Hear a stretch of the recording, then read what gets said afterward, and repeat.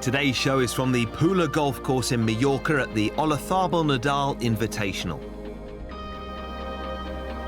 Cara caught up with one of the hosts and the main man in tennis at the moment, a player who's had an incredible season and is now enjoying a little downtime at the end of the year.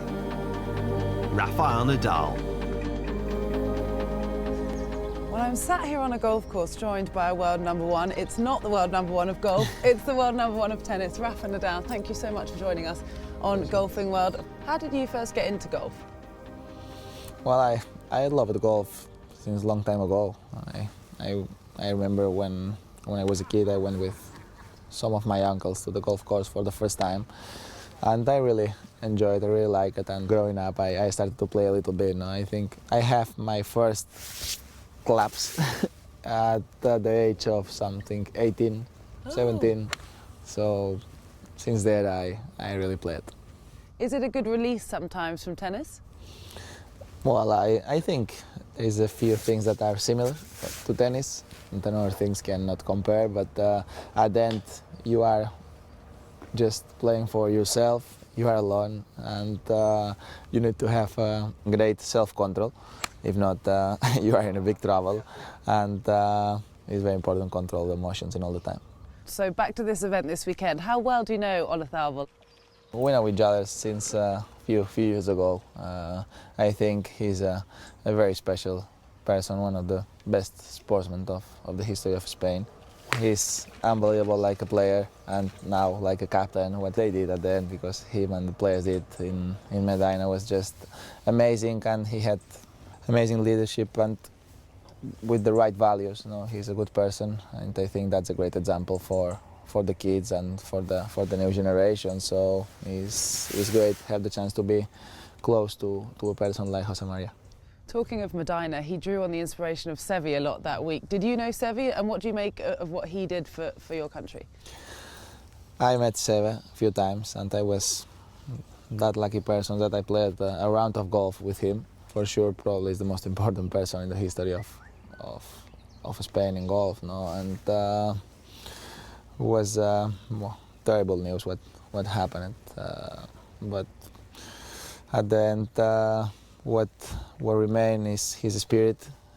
All that he did, he makes the golf popular in most of the places, in a lot of places around the world, and especially in Spain.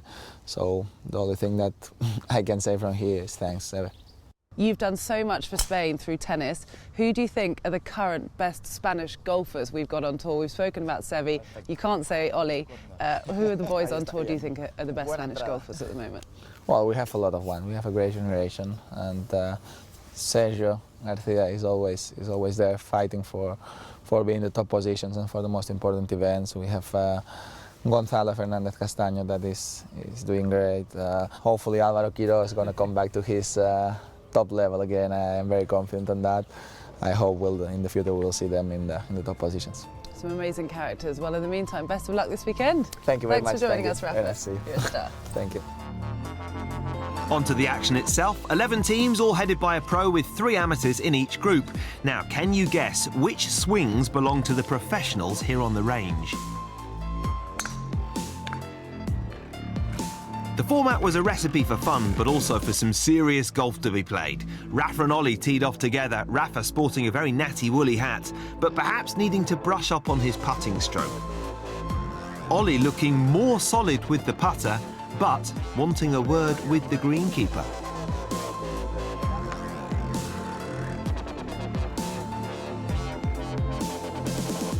Some other pros turned up for the fun, including Gonzalo Fernandez Castaño, who won the recent BMW Masters in China. Some beautiful morning light for golf, but unfortunately the conditions worsened. However, that didn't stop Olazábal's team from conjuring some golfing magic.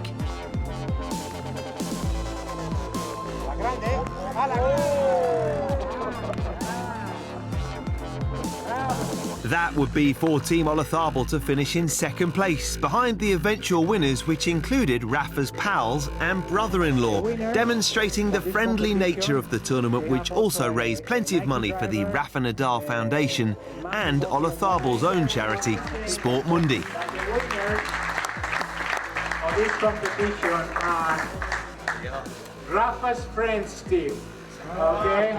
So, the three members, he didn't want to mention the third one because he's the brother-in-law, so he didn't want to. What he's saying. Plenty of fun then in Mallorca despite the weather, and plans already in place for the next staging of this tournament, where we'll hope the famous Spanish sun will make more of an appearance.